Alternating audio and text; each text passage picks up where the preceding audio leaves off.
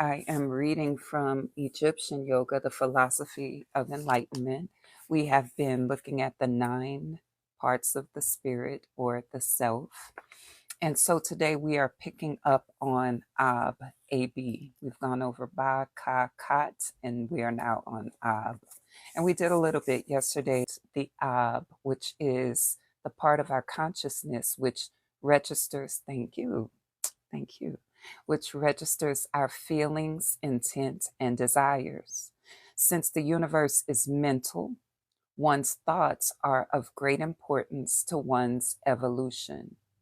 Thoughts are controlled by one's conscience, your perception of reality, which is dictated by your level of wisdom, one's knowledge of reality, and by one's subconscious understanding of reality. So when we look at our ability to live out this spiritual life, yes, it could preach, right? When we talk about this ability to live out this spiritual life, it's dependent on a few things, right? It's dependent on, number one, the thoughts, but not just the thoughts. That's why we're not interested in just positive thinking. We are interested in total transformation. And even other people's actions are based more on more than just their thoughts. It's controlled by your conscience, your perception of reality. Some people have a limited perception of reality. And the perception of reality is dictated by your level of wisdom. So imagine you have a little bit of wisdom. That's why we should seek wisdom and understanding daily. It is dependent on one's knowledge of reality. If you don't know how reality really works, then you're going to have some incorrect perceptions, which will lead to inaccurate thoughts, right? And by one's subconscious understanding of reality, and not only what you're conscious of, but also what you are not conscious of. Okay. So all of these aspects affect our quality of life, our behavior, and things like that. So I hope you can see right away that if a person is to change, change is not going to just happen because you did some affirmations. Affirmations are beautiful, they're part of it. But change is going to take place when your level of wisdom shifts, when your perception of reality aligns with universal truth. And when you get to know your shadow more and more, which is your subconscious ideas of reality. Okay. So this should give you some idea about change, how you change, what needs to change. When you are looking for change in other people, what needs to change? Are they going to change just because they say, I'm going to do better? Are you going to change just because you have the will to do better? No, you must do complete re-engineering. Okay. One's level of consciousness can be raised by a conscious effort to grow in wisdom. It's a conscious effort. It doesn't just come by saying, it doesn't just come by wanting. There's a conscious effort to grow in wisdom through. So you grow in wisdom through something, okay? Through the practice. How do you obtain wisdom? Wisdom grows through practice, not knowledge.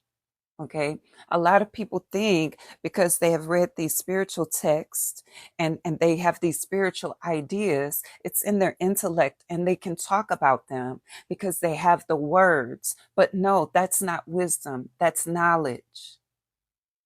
Wisdom comes through practice. It's the way you live your life. It's the way you interpret the world.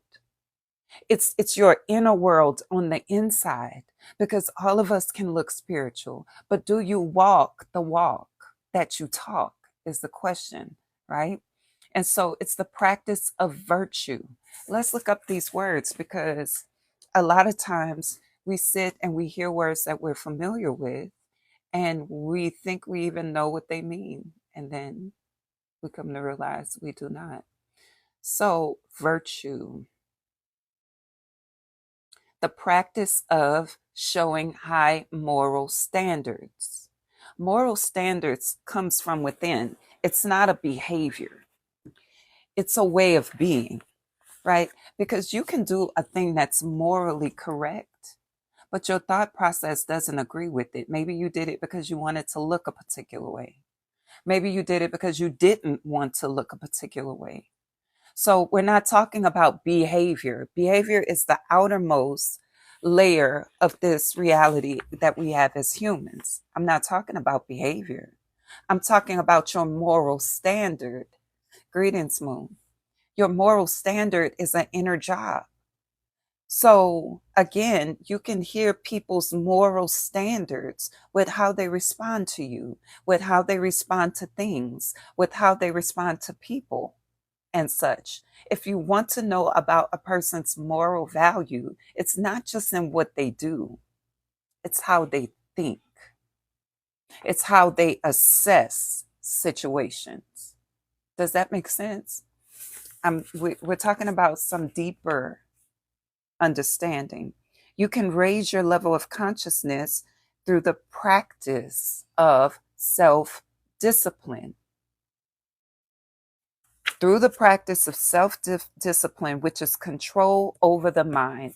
If you have a person in front of you, and if you are the type of person who allows your mind to just go on anything, think anything, you feel anything, you act according to the way that you feel, and you don't have any mental discipline, you like to create problems, and you do create problems. Control over your mind is not just saying, thank you, Renaud.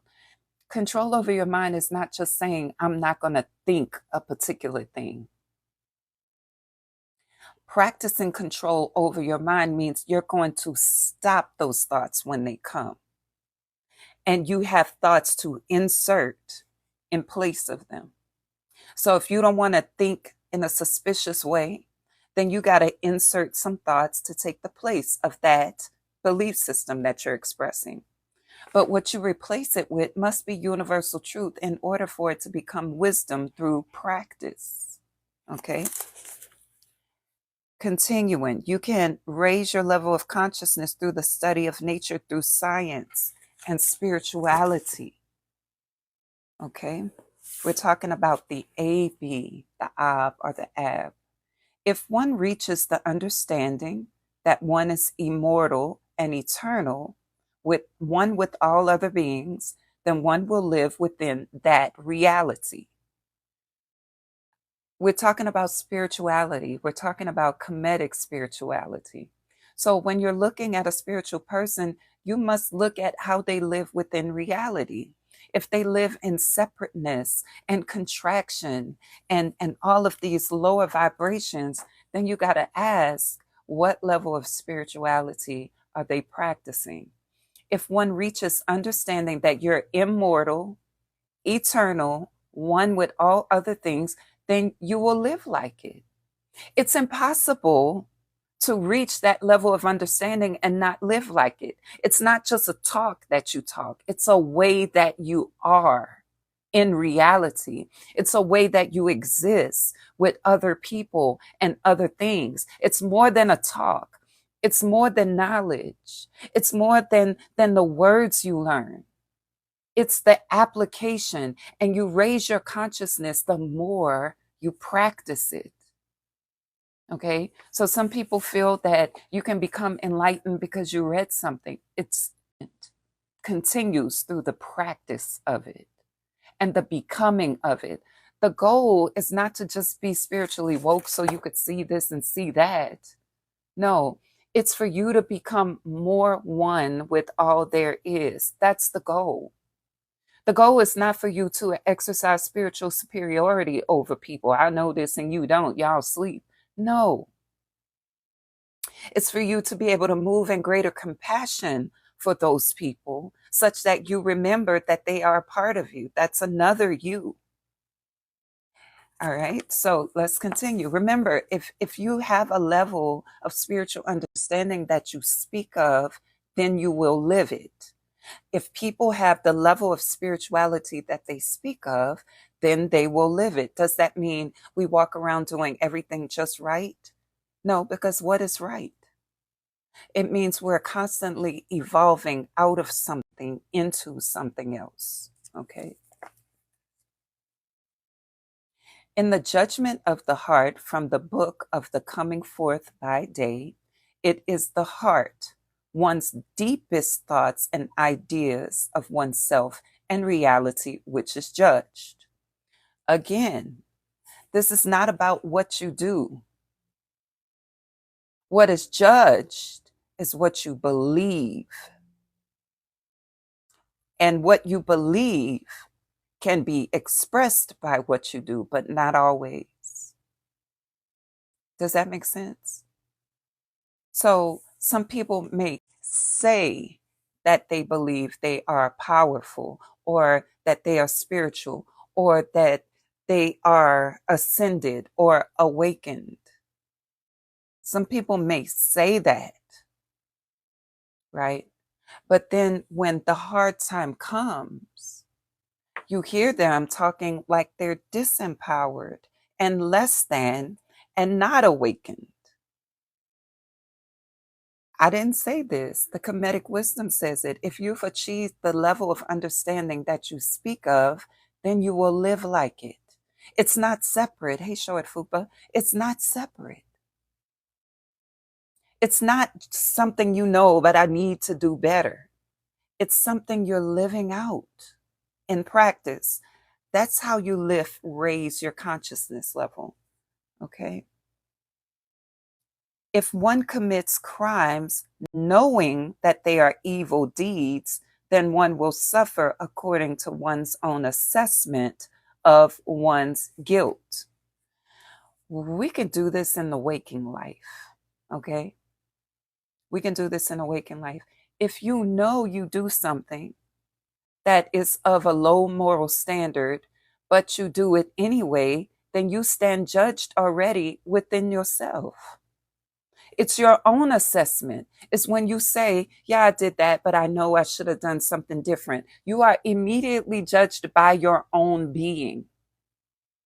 So that's the judgment that you need to be concerned about, not the judgment that's coming from outside.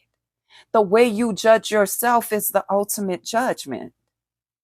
Yet you fear what other people will think about you. You need to be concerned, not fear. Be concerned with what you think about yourself, what you fear about yourself, and do something with that. Listen, on the other hand, if one lived spiritually and virtuously, in the knowledge that one is a spirit, acting honestly, trying to do one's best at all times while relinquishing desire for the fruits of actions, be they negative or positive outcomes, then one will not suffer the consequences of those actions. In other words, you practice non-attachment. Non-attachment is not detachment. I'm talking about yogic terms now, because I hear people using those words as if they're interchangeable, and they're not. Okay. You detach your emotions when it's not your responsibility, when it's not your business. Okay. But practicing non attachment is a way of living where you don't allow your desires to become your slave master. That's practicing non attachment. You still have desires and you still want to manifest them, but you don't become consumed and obsessed by them to the point where you move yourself into lack or you move yourself into obsession. Does that make sense? There's a difference between practicing non attachment and detachment. A lot of people talk about detaching their emotions because they don't want to feel pain, but that's an attachment to a certain way of being. You only want to feel this way, so you detach your emotions. No, that's still attachment. When you're in avoidance, you are still attached to an outcome. But when you practice non attachment, what you're really saying is, yes, I have desires. Yes, I want certain things. However, I'm not going to become obsessive and compulsive with it happening just the way I want it, when I want it. I trust processes. Let's continue. One should strive to maintain an equally light heart, whether a project succeeds or not, because one did one's best. And that is all that anyone can ask. But most importantly, one should strive to maintain such equanimity because ultimately neither actions nor their fruit can provide true and lasting happiness. Trials and tribulations. So let me read that one more time. One should strive to maintain an equally light heart, whether a project succeeds or not, because one did one's best, and that is all anyone could ask. Okay? One did one's best. Beating yourself up over it. Oh, I know I could have done better. Oh, I'm so mad. Oh, that's normal. That's human because that's the way we have become conditioned to think. But as we exchange that mindset for a more spiritual one, we begin to see again the law of pure potentiality. Infinite things can happen. Less of those things are probable. And at one given moment, only one thing can happen. And that's the thing that could happen. Non-attachment is believing that and living it. Attachment is, oh man, I messed up. I did that. There's a difference. So doing your best is why you should strive for an equally light heart. But it says, but more importantly, most importantly, one should strive to maintain such equanimity, balance, because ultimately, okay, so listen, it's really stressing what's important here. Why should you evolve? Why should you become better? Why should you maintain a light heart? It says most importantly, because ultimately, that's strong language, pay attention. Neither actions nor their fruits or results can provide true and lasting happiness. It's temporary. You get very attached to temporary things. You get very attached to things that will not result in your lasting happiness because you obtain it and then you move into the fear of loss of it rather than gratitude. Can you see that? You obtain the job you want, and then you begin to fear not performing. You get the car that you want, and you begin to fear who's going to scratch it up in the parking lot. Good word, right, Jason? You obtain the certification that you need, and then you fear that nobody is going to want you to service them. It goes on and on and on. So this is not saying don't want, it's saying understand the temporary nature of it. We could see this as we were children, right? Some of us, because some people didn't have this kind of childhood, but some did, where Christmas would come and you would want all this stuff. And then you get the stuff, and then a few days later, you're bored with it. That's the point.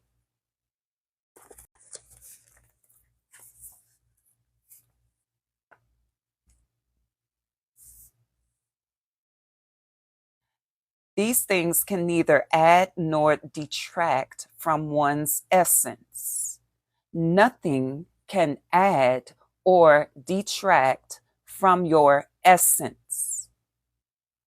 Again, I'm going to say it again. Nothing can add or detract from your essence.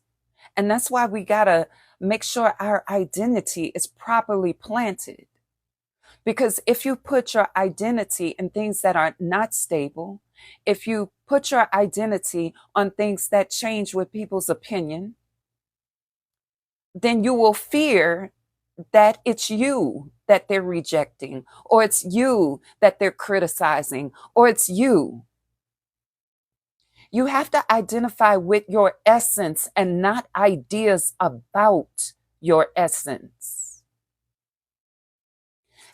These results can neither add nor detract from one's essence, except in the short run and disappointment in the long run. This is the path of ignorance, seeking fulfillment in the world of cause and effect. I'm going to read that one more time. This is the path of ignorance. This is the path of ignorance, seeking fulfillment in the world of cause and effect, when both the cause and effect can neither provide lasting happiness. Focusing on that, getting bothered by that, getting pulled down by that, when none of it is going to result in happiness anyway. We have the striving, when I get here, when I get here, when I get this, if I could just do this, I'll be better. And if I had that, then I'd be better. And if I knew this, then I'd be better. But the practice of virtue and discipline and spirituality doesn't happen over there. When that happens, then I'm going to be more spiritual. If I had this look, I would be more spiritual. If I had these crystals, I would be more spiritual. If I had more sage, I can't burn sage. All of this stuff. It says this is the path of ignorance. Do you want to stay on the path of ignorance?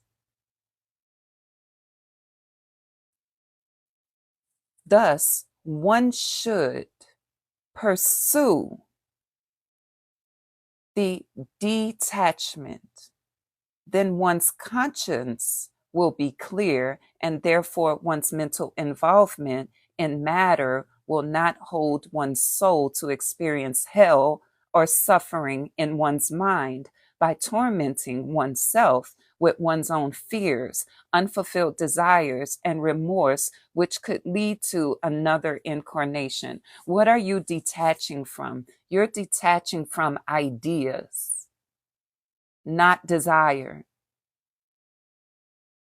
You're detaching from ideas that promote suffering. It says one should pursue detachment from suffering. That's what you need to detach from, not people, right? Not your own heart, not your own experiences. You should detach from continuing to create suffering by tormenting oneself with one's own fears. Detach from that. Unfulfilled desires, detach from that. And remorse, detach from that, which could lead to another incarnation.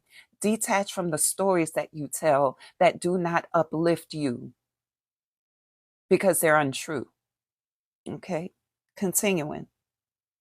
Otherwise, the soul reincarnates in pursuit of fulfillment of its desires, but in the process suffers the pains and toils of a physical existence.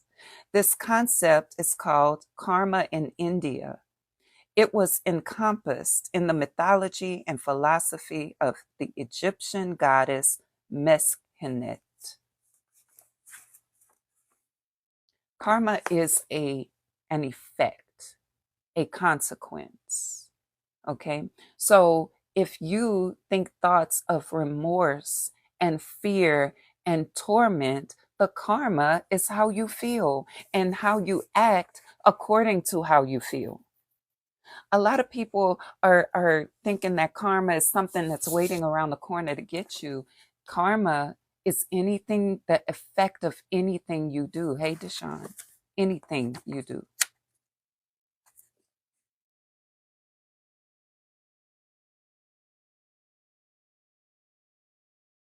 So let's read this and then I'm going to end here. The cosmos, therefore, provides a mechanism in which one's own conscience dispenses exact justice to itself in accordance with its own actions better than any judicial system on earth. The heart, seen as the seat of the soul, is therefore the most important factor deciding the experiences of spirit. Only through a purified heart is it possible to ascend to the heights of wisdom and intuitive understanding about the nature of one's own existence. And that is the conclusion of the teaching